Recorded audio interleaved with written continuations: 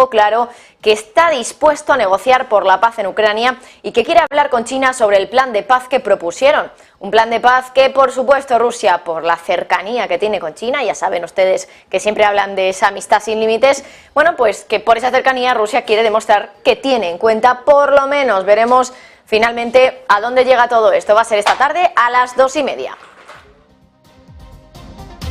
Sobre esa reunión hoy ha hablado el primer ministro de Rusia. Está convencido de que se van a tomar decisiones importantes en las conversaciones entre Putin y Xi Jinping. Lo dice porque hoy, esta mañana, también se ha reunido él, el primer ministro ruso, con Xi Jinping. Cree que el gobierno de Rusia y el de China van a asegurar un trabajo coordinado en la implementación de los acuerdos que se van a alcanzar hoy en el más alto nivel. La parte china también ha dado su versión sobre las reuniones de las últimas horas entre Putin y Xi Jinping. El Ministerio de Exteriores chino ha dicho hoy que ambos líderes han tenido un profundo intercambio de opiniones sobre el tema de Ucrania. Añaden que la mayoría de los países apoyan el alivio de las tensiones, pero el Ministerio no ha entrado en más detalles sobre el tema. Según el comunicado, Xi Jinping también ha dicho que China va a continuar fortaleciendo la coordinación estratégica con Rusia. Y seguimos pendientes de lo ocurrido con los bonos AT1 Additional Tier 1 en Europa tras la huida despavorida de los inversores. Todo empezó cuando Credit Suisse dijo en las últimas horas que sus bonos Additional Tier 1 no valían nada. Lo cierto es que la exposición de estos bonos en el mercado europeo es importante y dos de las gestoras con más exposición a los bonos AT1 de Credit Suisse son PIMCO e Invesco. El domingo, la autoridad suiza supervisora del mercado financiero comunicó a Credit Suisse que el ratio de capital Additional Tier 1 de Credit Suisse se iba a cancelar a cero y que tenía un montante nominal de aproximadamente 16.000 millones de francos suizos. Según Bloomberg, PIMCO es el mayor tenedor de esos bonos convertibles, llamados COCOs, con una exposición de unos 800 millones de dólares. Además, también está ahí Invesco, enseguida se lo contamos.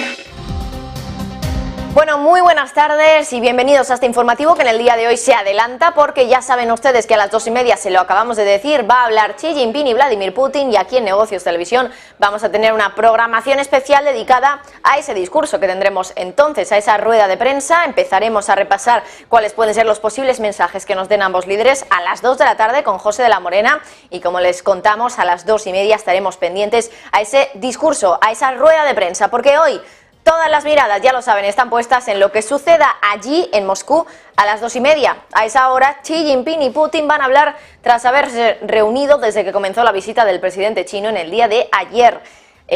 Antes de empezar sus numerosos encuentros, ayer Putin ya dejó claro que está dispuesto a negociar por la paz en Ucrania y que quiere hablar con China sobre el plan de paz que propusieron. Un plan de paz que, por supuesto, Rusia, por la cercanía que tiene con China, quiere demostrar que por lo menos lo tiene en cuenta.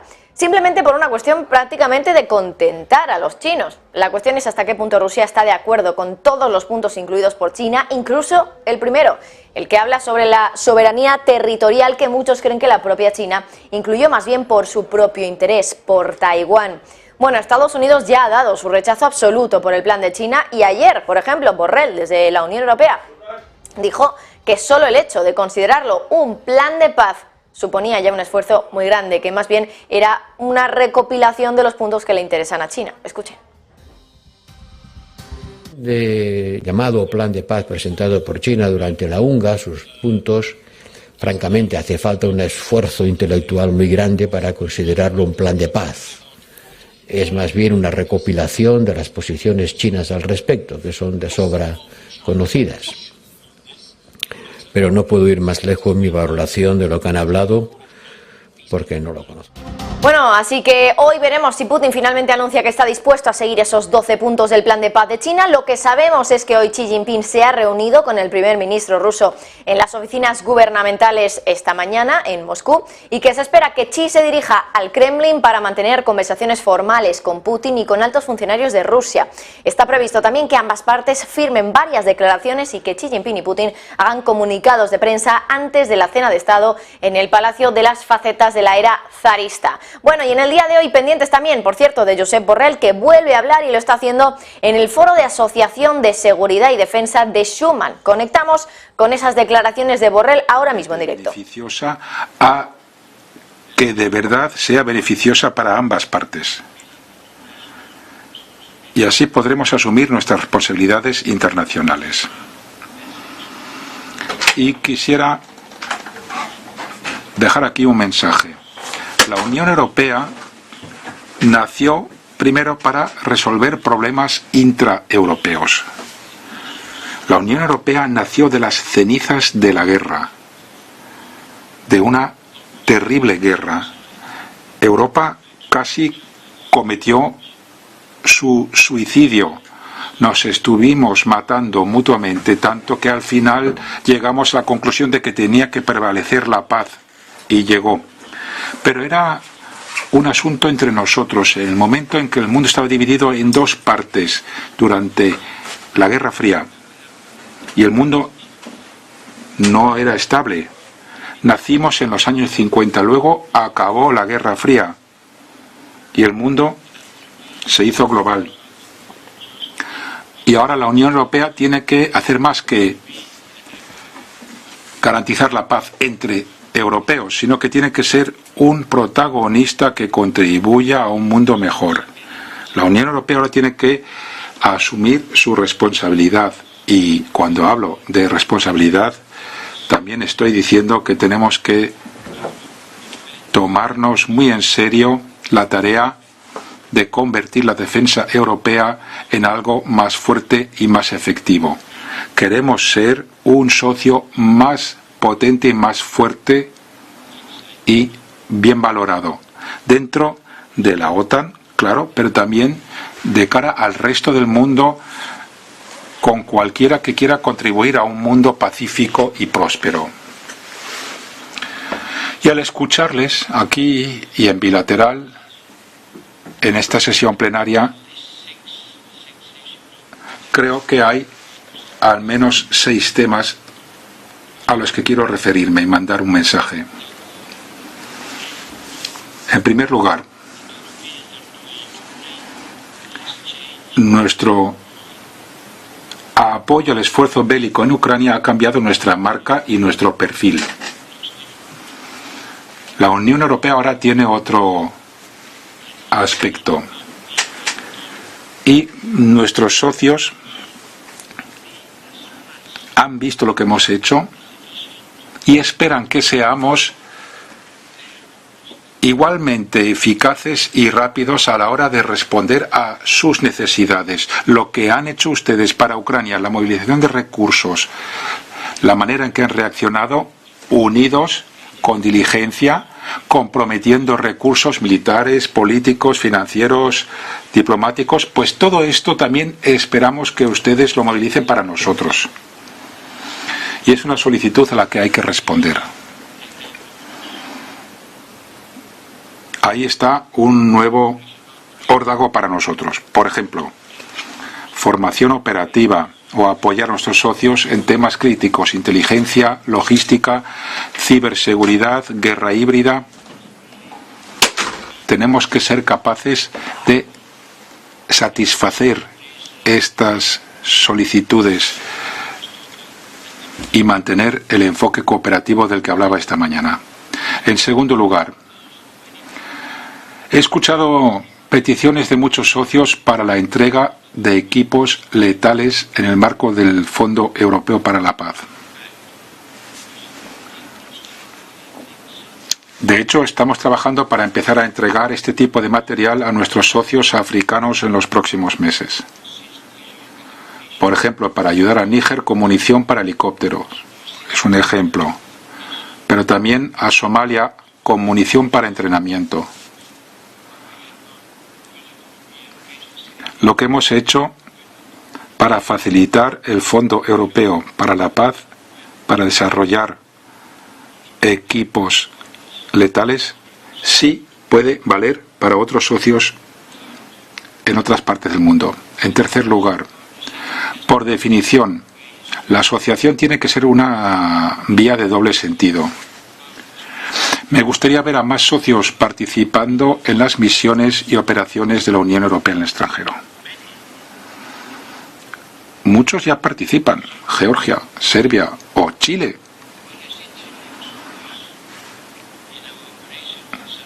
Cuando veo a soldados chilenos en nuestras operaciones en Sarajevo, me digo, ¡qué bien! Esto es un enfoque global. Si Chile se compromete a participar en el mantenimiento de la paz en los Balcanes, entonces estamos construyendo una comunidad planetaria.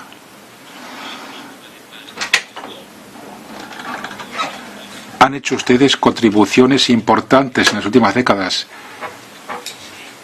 y Marruecos está pidiendo poder hacer lo mismo, y nuestros socios en la África subsahariana.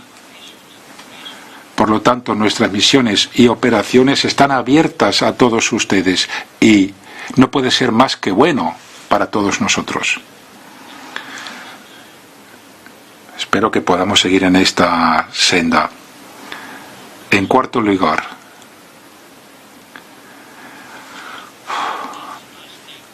además de nuestra larga cooperación con organizaciones internacionales y regionales, debemos reconocer las contribuciones que pueden hacer los socios individuales desde Asia hasta África, ya sea bilateralmente o como contribuyentes a operaciones de paz, ya sea bajo el paraguas de la ONU o de la Unión Africana, por ejemplo. Deberíamos ofrecer un apoyo específico a socios individuales, como hacemos con Ruanda, por su eficaz operación en Mozambique. No podemos ir ahí con soldados, pero sí que podemos apoyar operaciones específicas que son tan eficaces como la que lleva a cabo. Bueno, ahí tienen a Borrell hablando en el marco de ese foro de defensa y de seguridad de Schuman. ¿Y qué es lo que ha dicho? Esto último es especialmente interesante porque parece que Borrell está abriendo la puerta a poder mandar armas letales a Ucrania utilizando el Fondo Europeo para la Paz. Es cierto que no lo ha dicho específicamente así, pero lo que ha dicho concretamente es que ha escuchado muchas peticiones de muchos socios para la entrega de equipos letales en el marco del Fondo Europeo para la Paz y que, por ejemplo, ya están trabajando para hacer esos envíos de equipos letales a través de este Fondo Europeo para la Paz a países como Níger o como Somalia, ha dicho, a sus socios africanos, pero insiste en que lo que ya ha hecho Europa para facilitar ese Fondo Europeo para la Paz, para desarrollar equipos letales, podría valer para otros socios en otras partes del mundo. Así que veremos si realmente con esto se está refiriendo a Ucrania, pero tiene toda la pinta, efectivamente, de que está abriendo la puerta a utilizarlo, desde luego, en más ámbitos, para más socios. Veremos si ese socio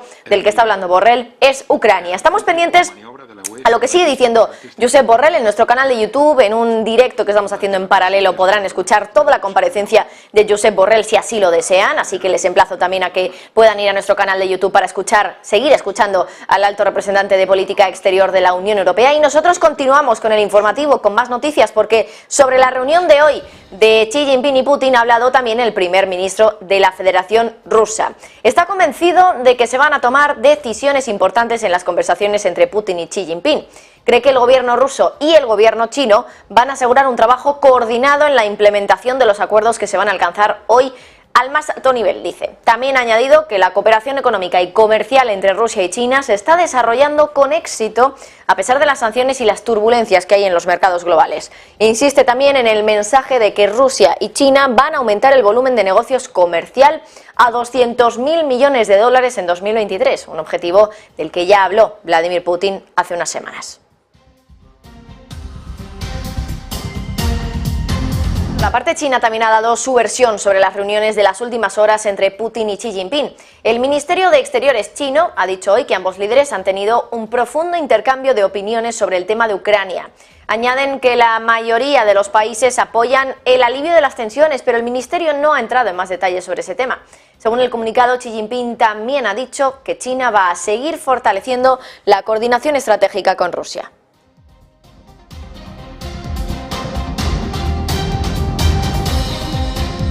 Bueno, y mientras tanto, hoy también pendientes de la visita del primer ministro japonés a Ucrania. Fumio Kishida va a visitar el país para conversar con Zelensky, con su presidente. Según el Ministerio de Exteriores nipón, Kishida tiene la intención de mostrar su apoyo a Ucrania durante esa visita. El primer ministro japonés ha estado en un viaje en la India, donde ha condenado la invasión de Rusia en un discurso político y ha buscado también acercar al primer ministro indio, a Narendra Modi, a la posición de las naciones del G7 respecto a la guerra. Ya saben que India se niega a decir, literalmente la palabra guerra cuando habla de lo que está sucediendo en Ucrania. La visita de Fumio Kishida a Ucrania es el símbolo más visible hasta el momento del apoyo de Tokio a Zelensky, quien ha hablado con Kishida en conferencias virtuales y se ha dirigido, por ejemplo, al Parlamento de Japón en vídeo en marzo del año pasado.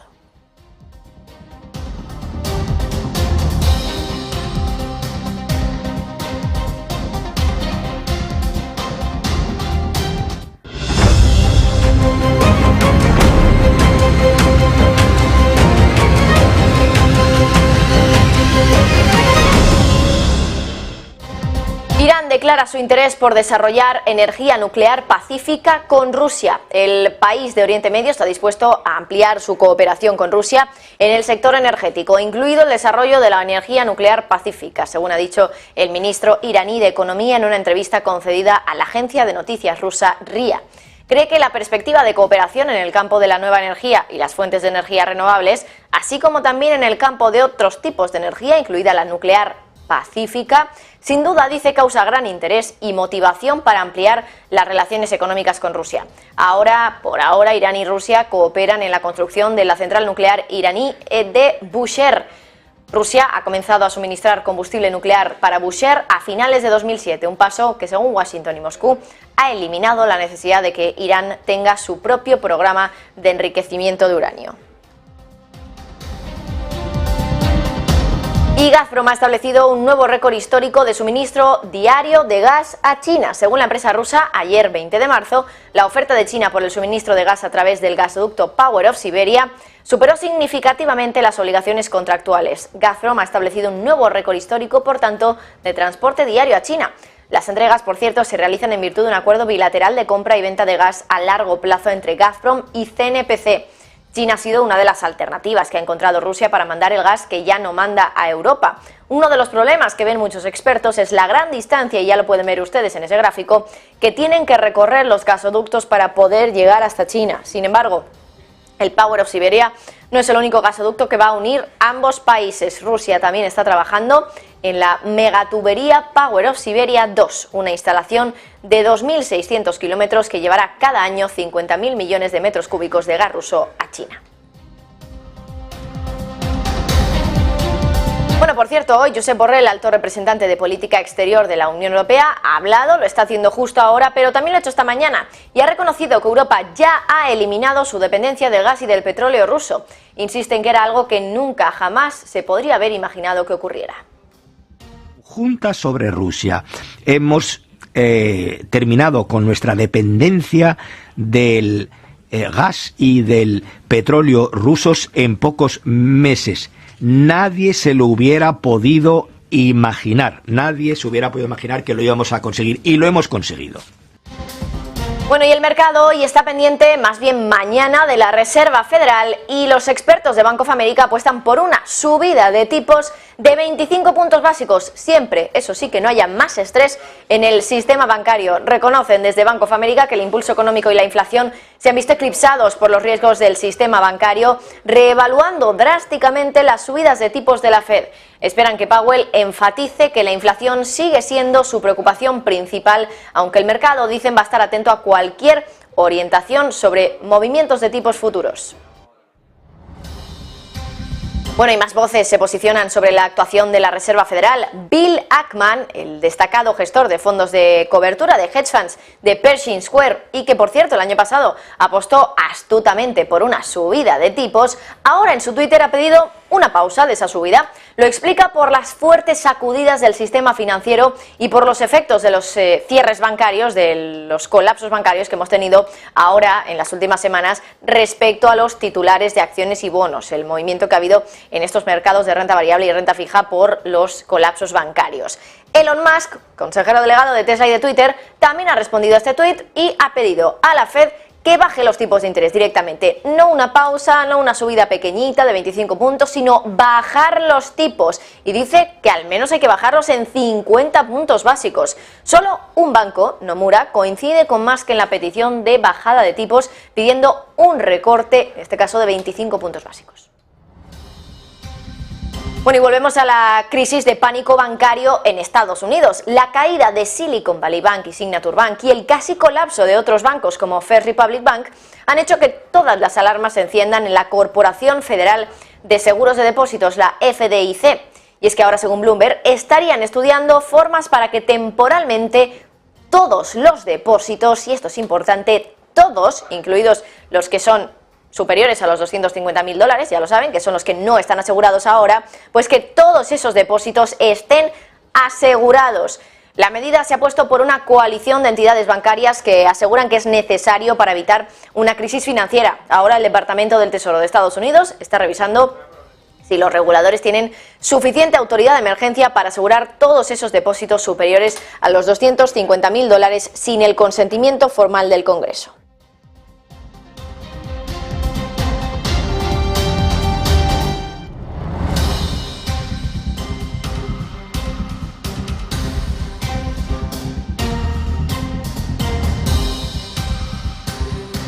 Bueno, y hoy estamos pendientes también a declaraciones de la secretaria del Tesoro de Estados Unidos, Janet Yellen. Va a hablar, se espera que hoy lo haga, ante la Asociación Estadounidense de Banqueros y según el discurso que ya tiene preparado y que ya se ha filtrado, ha tenido acceso a él, por cierto, la agencia Reuters, bueno, pues Yellen va a asegurar que el sistema es sólido y que la situación bancaria se está estabilizando. Eva Villanueva, ¿has podido echar un vistazo a ese discurso que ya está preparado y que ya se ha filtrado por parte de la agencia Reuters? ¿Y qué es lo que se espera que diga Yellen esta tarde? Muy buenas. La secretaria del Tesoro norteamericano Janet Yellen va a salir hoy en defensa del sistema financiero y lo va a hacer ante la Asociación Estadounidense de Banqueros. Según el discurso que ha preparado y al que ha tenido acceso Reuters, la que fuera jefa de la Fed va a asegurar que el sistema es sólido y que la situación bancaria se está estabilizando tras las enérgicas medidas adoptadas por los reguladores. Pero atención, porque Janet Yellen va a asegurar que podría ser necesario adoptar nuevas medidas si los bancos más pequeños sufren retiradas de depósitos que amenacen con un mayor contagio. La Secretaría del Tesoro va a defender así que todas las medidas adoptadas desde la administración Biden para proteger los depósitos no asegurados en esos bancos en quiebra y crear las facilidades de liquidez por parte de la Reserva Federal no hacen más que constatar el decidido compromiso para garantizar que los ahorros de los depositantes y el sistema financiero sigan siendo seguros. En el discurso que va a hacer ante los banqueros de Estados Unidos, lo va a hacer Yellen, además, poco más de una semana después de que la Corporación Federal de Seguros de Depósitos cerrase esos quebrados Silicon Valley Bank y Signature Bank. Ahora Yellen va a señalar que todas las medidas adoptadas fortalecen la confianza en el sistema bancario y protegen la economía estadounidense. Eso sí, como decíamos, y lo llegan diciendo desde el primer momento, va a hacer especial atención en que las medidas no se han centrado en ayudar a bancos o clases de bancos concretos, sino que se han hecho para proteger al sistema bancario en general. Con todo lo importante, va a señalar que podría ser necesario tomar medidas adicionales sin concretar de qué tipo si se vuelve a asistir a un escenario en el que instituciones más pequeñas puedan sufrir retiradas de depósitos que planteen riesgo de contagio. Muchas gracias, Eva Villanueva, y nosotros seguimos pendientes también de lo ocurrido con los bonos AT1, Additional Tier 1, en Europa tras la huida despavorida de los inversores. Todo empezó cuando Credit Suisse dijo en las últimas horas que sus bonos Additional Tier 1, los también conocidos como COCOs, Convertible Contingent, bonos Convertible Contingent, no valían nada. Lo cierto es que la exposición de esos bonos en el mercado europeo es muy importante. Y dos de las gestoras con más exposición a esos bonos AT1 de Credit Suisse son PIMCO e Invesco. El domingo, la autoridad suiza supervisora del mercado financiero comunicó al banco que su ratio de capital adicional Tier 1, el de Credit Suisse, se iba a cancelar a cero y que tenía un montante nominal agregado de aproximadamente 16.000 millones de francos suizos. Según Bloomberg, PIMCO es el mayor tenedor de esos bonos convertibles en acciones denominados COCOs en el mundo financiero y tiene una exposición de 800 millones de dólares. Además, PIMCO cuenta con exposición a otros bancos de Credit Suisse por un valor de 3.000 millones. Esos instrumentos han recuperado parte de su valor desde la semana pasada, lo que mitigaría las pérdidas potenciales con los COCOs. Según Reuters, la pérdida para PIMCO puede rondar los 340 millones de dólares. Por su parte, la gestora Invesco tiene una exposición de unos 370 millones a los COCOs de Credit Suisse. BlackRock cuenta con otra exposición a estos instrumentos de 113 millones.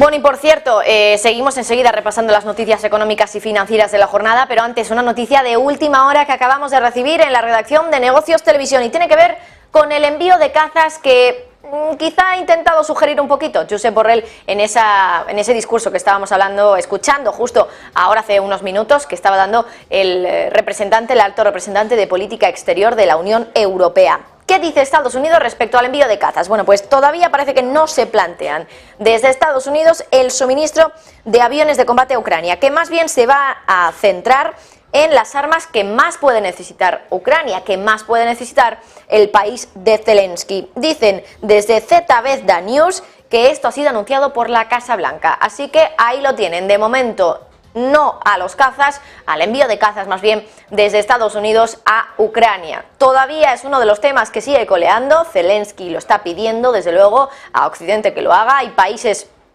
más próximos a Ucrania que ya se han aventurado un poco a adelantar qué es lo que quieren hacer, mandar cazas, incluso aunque sean cazas de la era soviética. Países como Polonia, por ejemplo, ya han advertido de que quieren hacerlo. Veremos finalmente en qué queda todo esto, pero parece que Estados Unidos de momento dice no, o no se plantea más bien el envío de cazas a este país, a Ucrania. Veremos finalmente en qué queda y a ver si esto dura mucho, lo de que Estados Unidos no quiera mandar esos cazas. Bueno, hasta aquí la última hora. Seguimos analizando las noticias financieras de la jornada y nos preguntamos también qué pasaría si aquí en Europa tuviéramos una crisis de depósitos como la que estamos viendo en Estados Unidos. Lo cierto es que aquí en la Unión Europea solo los depósitos hasta 100.000 euros están cubiertos. Esto es menos de la mitad que en Estados Unidos. Están cubiertos hasta los 250.000 allí. Y además aquí no tenemos un instrumento de protección de depósitos bancarios conjunto y por eso ayer el gobernador del Banco Central de Italia pidió precisamente a Europa poder responder inmediatamente a una crisis como en Estados Unidos con un instrumento de este tipo. Y es que algo similar a la FDIC en Estados Unidos no existe aquí en el viejo continente, según Ignacio Visco, y dice que es algo que deberíamos absolutamente poner en marcha porque hace falta un instrumento de protección de depósitos para responder a la crisis de bancos medianos.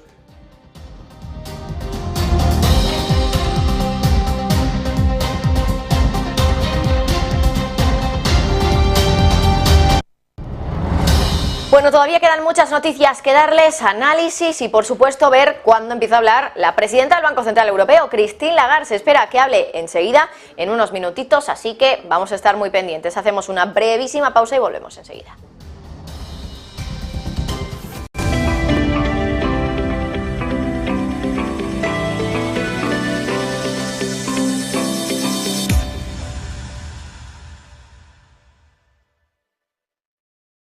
Ven al Torreón, estamos en El Pardo, un espacio único en plena naturaleza.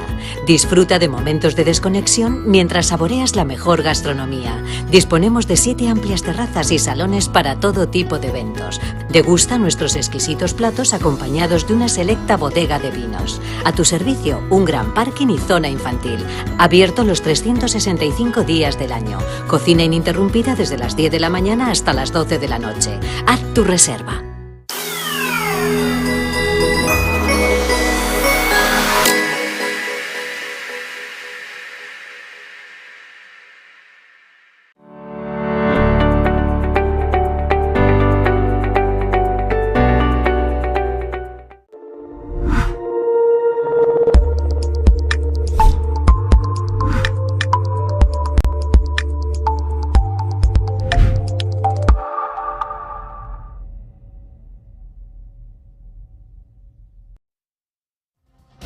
Bueno, y volvemos a hablar de inflación porque el Reino Unido podría desmarcarse del resto de Europa con una inflación subyacente que baje sorprendentemente. El consenso de expertos espera que las presiones subyacentes sobre los precios en Reino Unido diverjan respecto a las de la eurozona, lo que podría intensificar el debate sobre si el Banco de Inglaterra debería detener su ciclo de subidas de tipos de interés. Los analistas esperan que las cifras que se publiquen mañana muestren que la inflación subyacente disminuye al 5,7% en febrero desde el 5,8% anterior. Un segundo enfriamiento consecutivo en el Reino Unido contrasta con los países que comparten el euro, donde la inflación subyacente se ha recuperado en cada uno de los últimos 3 meses. Las cifras se incorporan a la decisión justo antes de la decisión del Banco de Inglaterra del jueves de esta semana. Las expectativas de un aumento de 1/4 punto, 25 puntos básicos desde el 4% actual, se han desvanecido rápidamente la semana pasada después de que tengamos esos problemas en Silicon Valley Bank y en Credit Suisse que han sacudido a los mercados financieros en todo el mundo.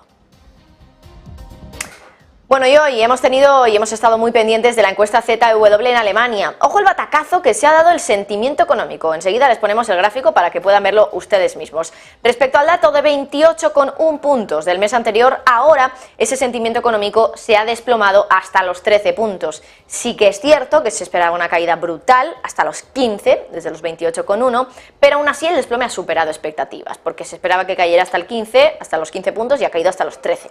Además, el índice de condiciones actuales, el ZEW, también ha bajado todavía más, desde los menos 45 puntos del mes anterior hasta los menos 46,5. Esto supone una decepción, puesto que los analistas esperaban una pequeña subida hasta el menos 44,3.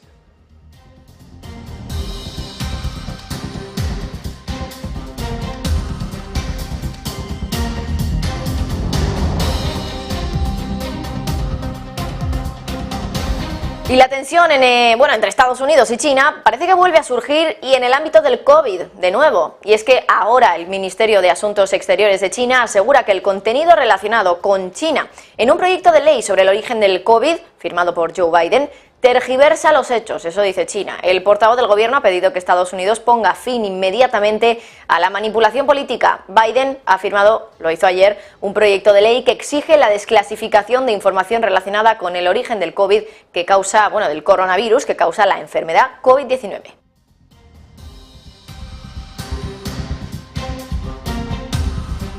Compañías protagonistas, hoy Dragados del grupo ACS ha arrancado la renovación de los pantalanes para atraques de ferries en el puerto de Algeciras. Las obras de rehabilitación consistirán en el refuerzo y renovación de vigas y tableros de los 3 pantalanes de la estación marítima. Los trabajos de construcción de las instalaciones portuarias se van a ejecutar por fases y en periodos valle para minimizar las interferencias con el normal desarrollo del tráfico del estrecho. La Autoridad Portuaria de la Bahía de Algeciras ha adjudicado este proyecto a la filial del grupo que preside Florentino Pérez a finales del año pasado por un importe de 2.348.000 euros.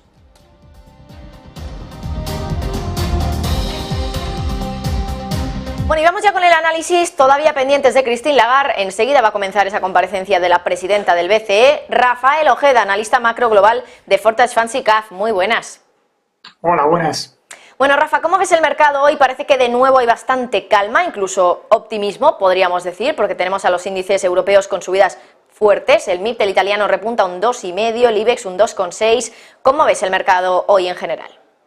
Bueno, yo creo que en general, después de la sacudida que generó Credit Suisse en las últimas sesiones, bueno, pues yo creo que después de solucionar la crisis y que también al otro lado del charco también parece que tienen un poco controlado el tema bancario, bueno, pues obviamente después de los importantes retrocesos que se generaron, sobre todo en el sector financiero, bueno, pues las cosas vuelven a su ser y lo más probable es que todo lo perdido, bueno, pues se recupere en las próximas sesiones. Por tanto, era lógico que nos encontráramos con unas sesiones de recuperación. ¿Cómo es el sector bancario ahora mismo, Rafa, teniendo en cuenta lo mucho que ha caído en los últimos días, en las últimas semanas, pero también lo mucho que está recuperando ahora? ¿Es momento de invertir en el sector financiero o quizá lo fue ayer o, por ejemplo, el viernes pasado y ya vamos un poco tarde? Bueno, pues esa es la gran pregunta. Hubiéramos invertido hace 2 jornadas, pues obviamente hubiéramos tenido pingües beneficios, pero claro, es que hace 2 jornadas tampoco sabíamos si el rescate que estaba orquestando JP Morgan iba a tener el éxito que ha tenido y sobre todo la respuesta de los mercados a esta subida, ¿no? Porque la realidad era que los mercados no descontaban en ninguno de los escenarios lo que ha sucedido y por tanto había que ser bastante cauto ante cómo podían acontecerlo el futuro, ¿no? Estaba por ver qué pasa con Credit Suisse, si UBS al final lo compraba, en qué condiciones, qué ocurría con los cocos, con los accionistas, es decir, había muchas incertidumbres para ver si bancos europeos podían seguir el paso de Credit Suisse y ver si realmente este tema lo atajaban o se convertía en algo sistémico como en su día ocurrió con Lehman Brothers, ¿no? Entonces, claro, a toro pasado es muy fácil ver que hubiera sido una muy buena opción haber comprado bancos hace 2 días, pero la realidad es que el riesgo-beneficio pues realmente no justificaba quizás invertir en el sector financiero entonces.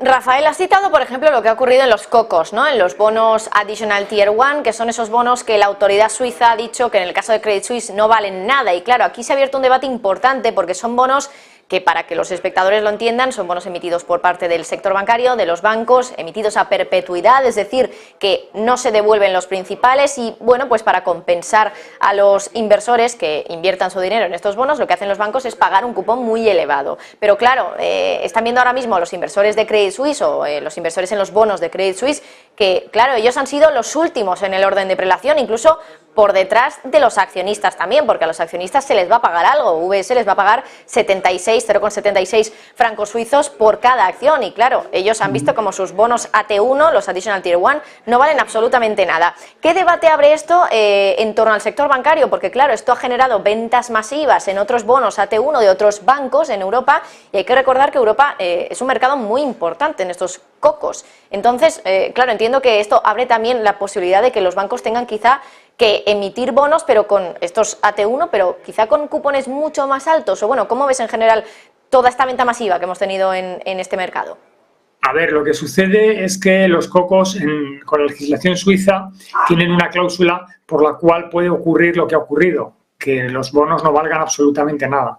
En el caso de Europa, hablo de Europa, me refiero dentro del mercado único, eso no es posible, no es factible y por tanto este suceso en Europa no hubiera sucedido. Lo que sí está claro es que esto va a poner el disparadero sobre los cocos, ¿no? Y realmente, bueno, pues lo que va a hacer es un instrumento que en momentos de estabilidad financiera supone una enorme tranquilidad para el sector financiero y un producto que da unos beneficios bastante estables y bastante sólidos, bueno, pues se convierta en un producto extremadamente especulativo a la vista de lo que ha podido suceder en Suiza. Entonces ha tenido que salir realmente Europa a decir que no, que en Europa no hubiera sucedido lo mismo y que por supuesto el orden de prelación es el que es y por tanto no hubieran perdido toda su inversión. Pero bueno, el debate está sobre la mesa y lo que sí está claro es que a partir de ahora, bueno, pues los inversores que se acerquen a los cocos pues valorarán muy mucho invertir en otros activos y por tanto la inversión en cocos tendrá que ser a tipos incluso más elevados de los que son ahora para poder atraer al público en general. Pues Rafael Ojeda, analista macro global de Fortress Fancy Caz, me hubiera encantado poder hablar un poquito más contigo, pero ya tenemos a Christine Lagarde hablando y ya saben que la actualidad manda. Así que Rafa, muchísimas gracias por estar con nosotros y vamos ya con la comparecencia de Christine Lagarde, presidenta del Banco Central Europeo. Está hablando ya. If I start with my integrity point, what we have seen throughout the euro area and in Europe in general is a dwindling use of cash. And this has been certainly accelerated by COVID. It has been tempered a bit during the terrible invasion of Russia against Ukraine because there was suddenly a little appetite for cash yet again. But the general trend is less use of cash and more use of digital payments. The numbers are very clear. We have seen a decline of 72% to 59% in terms of use of cash, and the digital payments have virtually tripled during that same period of time. So everything is going digital. People are clearly expressing a preference for it, and there is no reason why we as a central bank should not be exploring also the reason why digital cash can be of good use. And as my colleague and friend François calls it, he says it's cash plus, because it is digital. Now, it is intended to be safe, it is intended to be sovereign, and it is intended to be available to all, anywhere, anytime, and at the cheapest possible cost, possibly at no cost, for the most basic functions. So that's the sort of integrity of the system, to make sure that we have an alternative to cash, and to make sure that there is actually an anchor to our monetary policy and to the sovereignty of our monetary action, which, if cash dwindles away, is then anchored into a digital payment. Now, the second aspect of it is the resilience. It's to make sure that we can safeguard European payment autonomy. Because when you look around and when you look at your wallet and you look at your telephone and see the applications that you use for payments or the cards that you use for payment, you very soon realize that those means of payments are not necessarily European. So we just have to be careful, as we have experienced recently with other instruments that are of critical use, such as energy. It's very unhealthy to rely on one single source of energy. It's very unhealthy to rely on one single source of payment. I don't need to go into the details of those who operate in that respect, but it's clearly our intention to make sure that we have resilience in that respect as well. Some people will call it sovereign autonomy. I prefer to call it resilience, because that's really what it is.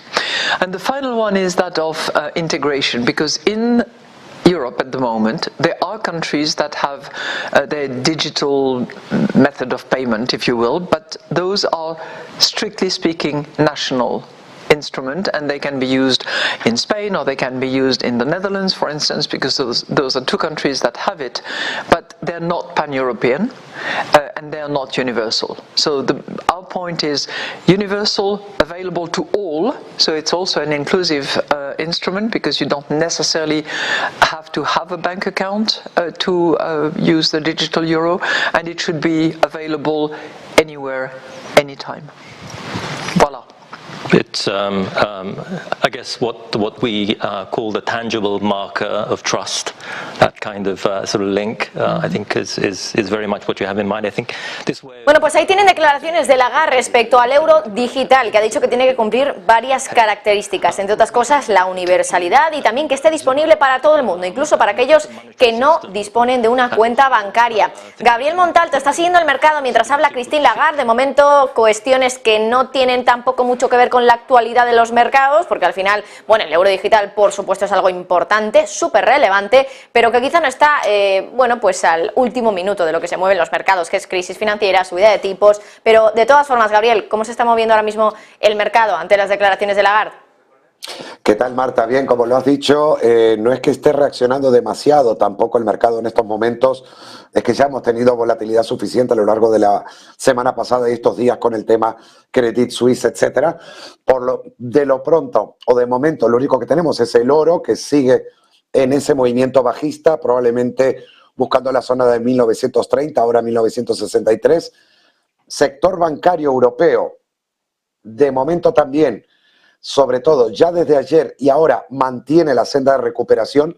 Todo el sector europeo bancario está en estos momentos recuperando terreno. El índice del dólar sí, sin embargo, sigue en tendencia bajista, por lo que esto podría estar reforzando el eurodólar. A niveles de 102,28 podría llegar todavía.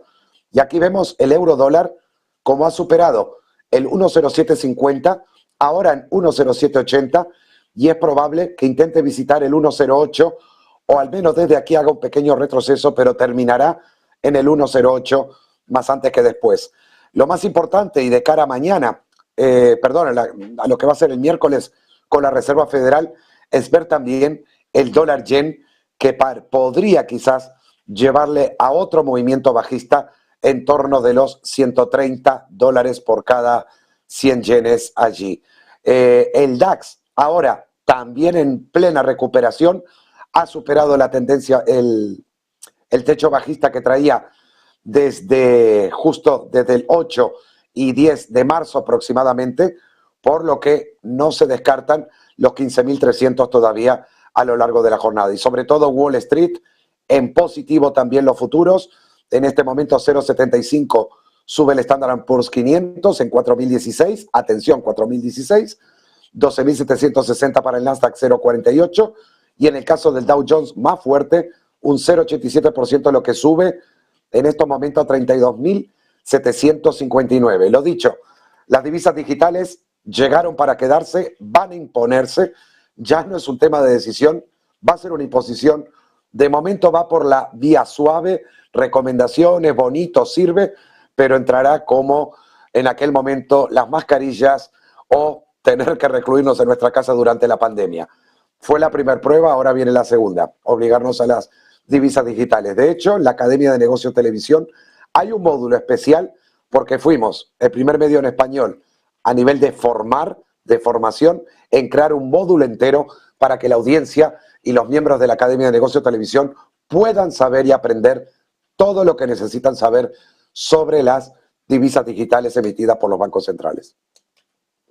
Bueno, pues Gabriel Montalto, como siempre, muchísimas gracias por hacernos ese repaso de cómo se está moviendo el mercado y de la importancia que tiene lo que está diciendo hoy Christine Lagarde respecto al euro digital. Gracias, Gabriel. Volvemos a las declaraciones de Lagarde, porque sigue hablando la presidenta del BCE. Non-bank stablecoins, provided they are fully secured and backed. And that is where the challenge is. We've not found a way to ensure that yet, although I think several jurisdictions are working very hard to put in place the regulatory structures to ensure full secure backing. If it's fully secured and backing, then I think it qualifies as money, the same way your first two layers do. But I think we should not rule it out, because non-bank stable coins, non-bank issued stable coins can add to the diversity of the system and make it richer. Bueno, antes de nada vamos a hacer una pequeña pausa publicitaria porque también está hablando Josep Borrell en la rueda de prensa posterior a ese foro de defensa y seguridad de Schuman, así que vamos a ir enseguida con ello y también con las declaraciones de Lagarde, que sí hay, aunque ahora mismo ya no está hablando ella, en ese foro de innovación del Banco de Pagos Internacional, así que hacemos una breve pausa, volvemos enseguida.